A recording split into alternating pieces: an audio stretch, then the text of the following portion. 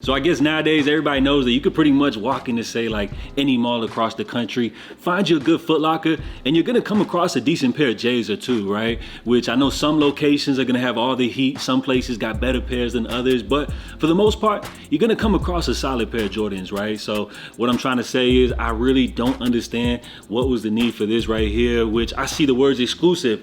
I'm getting hype. I see my man Spike Lee with the 4s in hands, the classics, but they're over here talking about the Jordan Son of Mars Low expected to return summer of 2026, which Son of Mars Low, really? Like, and before all the Son of Mars defenders jump into the comments, I understand what's happening, right? They're gonna say this is more of like an affordable option. These were valid back in the day, which I get the whole affordable thing, but when you got Jordans, classics, for the most part, sitting on shelves, some pairs going on sale. You can find these pairs online. You can find them for under retail on the secondary market. Like, what is the real need for these hybrid fusion type of Jordan releases, which I get the whole Spike Lee connection and everything, right? I know how big of a part he was with Jordan Brand early on with all the early marketing efforts.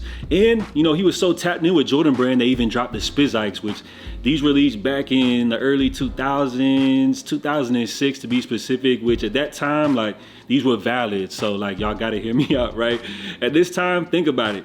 '06, we weren't getting like as much Jordan retros like we are nowadays. Like, it feels like every day there's a new pair of Jordan retros dropping, right? Back then, you know, choices were a lot more selective. So I think a sneaker like this was a lot more acceptable. And I remember even as a kid, like definitely wanting a pair of Spizikes, these OGs right here, which I appreciate that little hint of green they threw in there. You see all the infused elements. These dropped the 3s in there. You got the elephant print.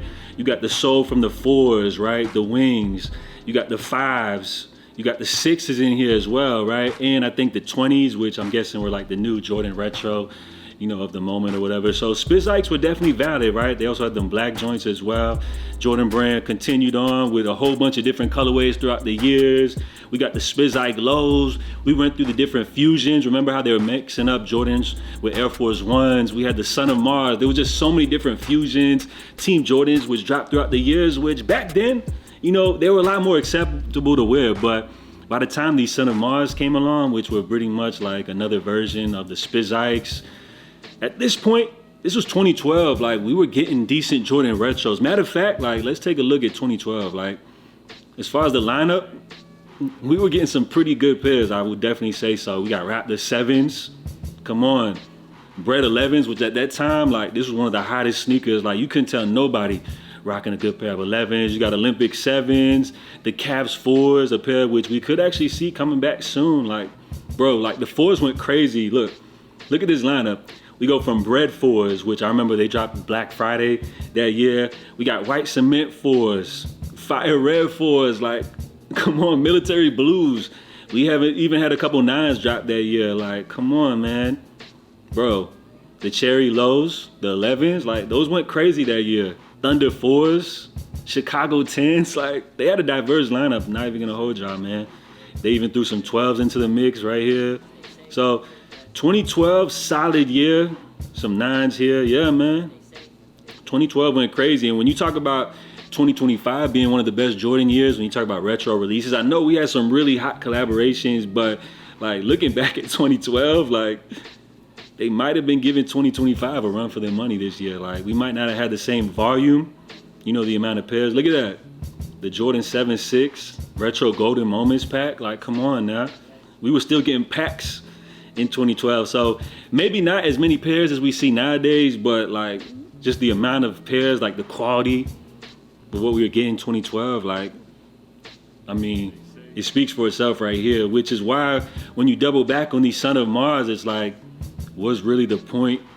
Nobody was really rocking these still, I feel like, in 2012 when you had solid Jordan retros like that. So it's kind of crazy to think that Jordan Brand feels like people got nostalgia or looking for these to return. I don't know. I could be totally off on that one. So y'all got to let me know if I'm hating in the comments down below, right? Which when you talk about these Son of Mars, like, I ain't gonna lie, these never graced my feet if we're just being all the way real. They got the high tops as well as the low top Son of Mars joints, which looking back, some of these joints ain't too bad right here. These right here look like some Yeezys or something like that, which based off the fact, all right, yeah, these dropped in 2015. I definitely see what Jordan Brand was doing. We got the Yeezy Son of Mars, which I'm sure these were probably hot back in the day. The Do the Right Thing Son of Mars. All right, so this is the low top version. What was the point of that one? Nah, we got the Raging Bull Son of Mars with the big fat 5 tongue on here.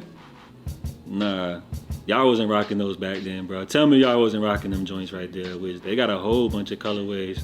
Got the black cements. Nah, the true blue joints. They was kind of running it up with these Son of Mars. So these are all right. Like looking back on it, they're okay, right? If I'm thinking back to 2012, like you wouldn't have got clowned on rocking these or anything like that. But it's like with the amount of retros that we were getting, like, was it really necessary with all these 4s back then? Like, come on, people. I had to side eye y'all on that one. So with this announcement, returning next year, retailing these $165 for men's pairs, like, who's out here paying $165 for these? Like, look, you got black cements, we got white cements, Do the Right Things returning. So they're even bringing back the retro colors and everything, right? So it's like, you got black cements, you're gonna pay $165 for these when you could probably pay that same amount of like around retail for black cements right now. White cement 4s ain't too crazy. It's like, who's the target audience for these right here? Which I understand, you know, like Jordan Brand, in order for them to, you know, continue to expand the brand, they're gonna have to drop these hybrid models and everything. But when we got standard retros just sitting on shelves, like, I just really don't get it. So y'all gotta jump in the comments, man. Help me understand this one. Actually, you know what, chat? I think I have something right here. I think I know what's happening, right? Because remember, this is an infusion of Jordan retros, right? So when you talk about it, this is a mix of 3s, 4s, 5s, 6s, and 20s. I get it. All these leftover pairs that have been sitting on shelves, right? All the pairs that have been online, you know what I'm saying? Just taking up space on these websites. Jordan Brand is scooping up all this leftover inventory. They're taking them back to the factories in China and they're like, yo, create us a Frankenstein model, put them all together. We ain't wasting no materials.